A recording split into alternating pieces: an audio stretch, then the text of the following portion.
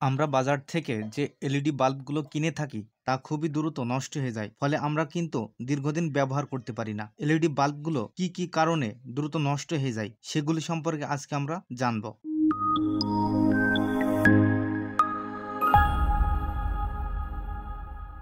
আমরা যদি এলইডি বাল্বটাকে খুলি তাহলে দেখতে পাবো এখানে একটি এসএমডি প্লেট লাগানো রয়েছে।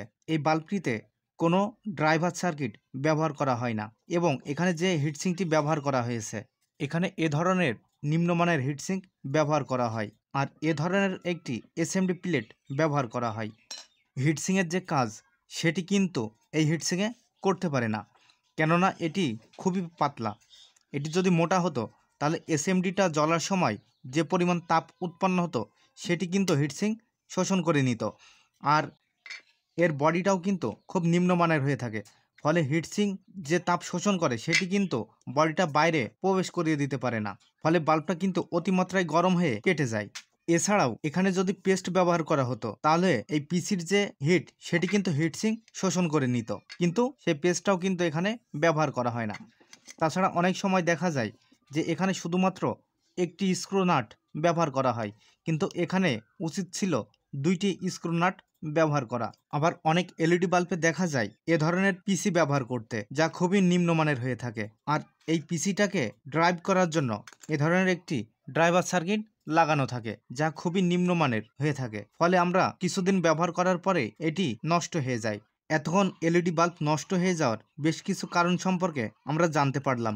এবার আমরা একটি ভালো মানের এলইডি বাল্ব তৈরি করা শিখব, যেন আমাদের তৈরি এলইডি বাল্বটাকে আমরা দীর্ঘদিন ব্যবহার করতে পারি, অথবা আমরা যারা এলইডি বাল্ব নিয়ে ব্যবসা করতে চাই তাদের জন্য আজকের ভিডিওটি খুবই গুরুত্বপূর্ণ। আমরা জানি এ ধরনের একটি ড্রাইভার সার্কিট, এ ধরনের একটি পিসি এবং এ ধরনের একটি এলইডি বডি হলেই কিন্তু আমরা বাল্ব তৈরি করে ফেলতে পারি, কিন্তু বাল্বটা যে এগুলি ব্যবহার করে তৈরি করলে দ্রুত নষ্ট হয়ে যাবে সেটি সম্পর্কে কিন্তু আমরা অবগত নই। আমাদের ব্যবসাটি শুরু করার জন্য বা আমাদের এলইডি বাল্বটাকে আমরা দীর্ঘদিন যেন ব্যবহার করতে পারি তার জন্য আমাদের পূর্বে থেকেই জেনে নেওয়া উচিত যে কি কি কারণে বাল্বটি নষ্ট হয়ে যায় এবং কি কি পদক্ষেপ এবং কিভাবে সার্কিটটি তৈরি করলে আমাদের বাল্বটিকে আমরা দীর্ঘদিন ব্যবহার করতে পারবো অথবা আমাদের ব্যবসাটাকে আমরা টিকিয়ে রাখতে পারবো। তারই ধারাবাহিকতায় আজকে আমরা একটি বাল্ব তৈরি করব, যা আমাদের বাল্বটি কিন্তু দীর্ঘদিন ব্যবহার করতে পারবো। উন্নত মানের এলইডি বাল্বটি তৈরি করার জন্য প্রথমে আমাদেরকে একটি বডি নিতে হবে, আর আমরা ভিডিওতে দেখতে পাচ্ছি এই বডিটার কিন্তু গুণগত মান অনেকাংশেই ভালো। ইতিপূর্বে আমরা যে বাল্বটিকে দেখলাম তার থেকেও এই বডিটার গুণগত মান কিন্তু অনেকাংশেই ভালো, আর এর সাথে আমাদেরকে এ ধরনের একটি হিটসিং লাগানো থাকবে, আর এই বডির সাথে আমাদের এ ধরনের একটি হিটসিং থাকবে যেটির মানও অনেকাংশেই ভালো। এটি আমরা দেখতে পাচ্ছি চাপ দিলেও এটি কিন্তু বাঁকা হয়ে যাচ্ছে না, এটি কিন্তু অনেকাংশেই শক্ত।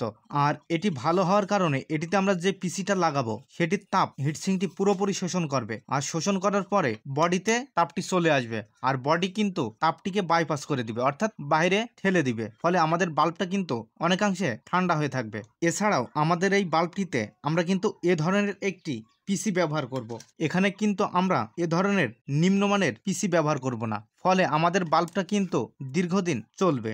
আর আমাদের বাল্বটি তৈরি করার সময় এখানে আমরা পেস্ট লাগিয়ে নিব, আর এখানে আমরা যে 4টি স্ক্রু দেখতে পাচ্ছি এখানে আমরা 4টি স্ক্রুই লাগিয়ে দিব, তাহলে আমাদের হিটসিংটি ভালোভাবে তাপ শোষণ করে নিতে পারবে। বাল্বটিতে আমরা এ ধরনের বা এর থেকেও ভালো মানের ড্রাইভার ব্যবহার না করে আমরা নিজেরাই তৈরি করে ব্যবহার করব। এ ধরনের ড্রাইভার সার্কিট যদি আমরা ব্যবহার করি কিংবা বাজারে যে এর থেকেও ভালো মানের ড্রাইভারটি পাওয়া যায় সেগুলো কিন্তু কিছুদিন ব্যবহার করার ফলে নষ্ট হয়ে যায়।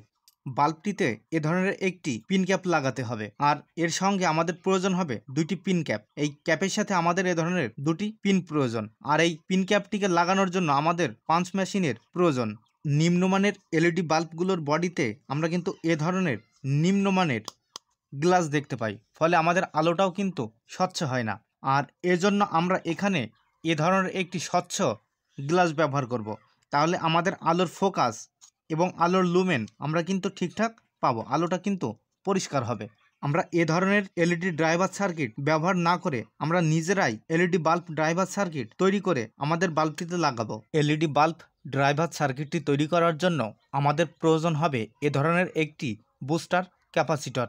আমাদের ব্যবহৃত বুস্টার ক্যাপাসিটরটির মান হচ্ছে CBB21 আর যেটির মান হচ্ছে 175J 400 ভোল্ট অর্থাৎ 175J 400 ভোল্ট। আমাদের তৈরি এলইডি বাল্ব ড্রাইভার সার্কিটটিতে আমরা যদি এ ধরনের বুস্টার ক্যাপাসিটর ব্যবহার করি সেক্ষেত্রে আমাদের ড্রাইভার সার্কিটটি কিন্তু নষ্ট হয়ে যাবে। আমরা যদি CL21 155J 400 ভোল্ট অর্থাৎ CL21 155J 400 ভোল্ট এই বুস্টার ক্যাপাসিটরটি ব্যবহার করি তাহলে আমাদের তৈরি ড্রাইভার সার্কিটটা কিন্তু নষ্ট হয়ে যাবে। এই যে এ ধরনের ব্লাস্ট হয়ে যাবে, আমাদের তৈরি সার্কিটটি আমরা কিন্তু ব্যবহার করতে পারবো না। এজন্য আমরা CL21 155J এই বুস্টার ক্যাপাসিটরটি ব্যবহার করব না। আবার আমরা যদি 105J 400 ভোল্ট অর্থাৎ 105J 400 ভোল্ট এ ধরনের বুস্টার ক্যাপাসিটর ব্যবহার করি তাহলে আমাদের এলইডি বাল্বটি দীর্ঘদিন জ্বলবে ঠিকই, কিন্তু আমাদের তৈরি এলইডি বাল্বটার আলো কিন্তু খুবই কম হবে। কিন্তু আমাদের আজকের তৈরি যে এলইডি ড্রাইভার সেটির বুস্টার ক্যাপাসিটরের মান হচ্ছে 175J। আমাদের তৈরি এই বাল্বটি কিন্তু খুবই সুন্দর আলো দিবে। আমাদের আরও প্রয়োজন হবে 4007 ডায়োড অর্থাৎ 4007 ডায়োড 4 পিস। প্রয়োজন হবে 250 ভোল্ট 10 UF ক্যাপাসিটর। আমরা এখানে খুবই ভালো মানের একটি ক্যাপাসিটর ব্যবহার করছি।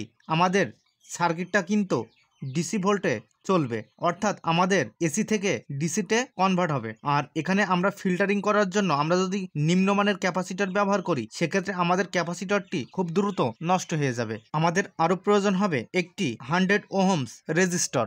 আমাদের আরও প্রয়োজন হবে এ ধরনের দুইটি 1 মেগা রেজিস্টর। আমাদের এলইডি বাল্বটাকে প্রোটেকশন দিতে প্রয়োজন হবে একটি 22K রেজিস্টর অর্থাৎ 22K রেজিস্টর। আমরা এখানে 12K থেকে 22K এর ভিতরে আমরা রেজিস্টরের মানটিকে সীমাবদ্ধ রাখার চেষ্টা করব। আমাদের প্রয়োজন হবে এ ধরনের পেস্ট।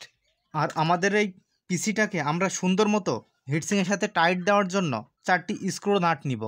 ভিডিও টাইম বেশি হয়ে গেলে দর্শকেরা মনোযোগ সহকারে ভিডিওটি দেখতে চান না, এজন্য ভিডিওটি এখানেই সমাপ্ত করব। তার আগে বলে রাখি ড্রাইভার সার্কিটটি এবং বাল্বটি কিভাবে তৈরি করলে আমরা দীর্ঘদিন ব্যবহার করতে পারবো এবং গ্যারান্টি দিয়েও বাজারে সেল করতে পারবো। আর এই ভিডিওটি দেখতে হলে ডেসক্রিপশন বক্সে লিংক দিয়ে রেখেছি, সেখান থেকে দেখে নেবেন। আজকের মতো এখানেই বিদায় নিচ্ছি। ভিডিওটি দেখার জন্য সবাইকে ধন্যবাদ।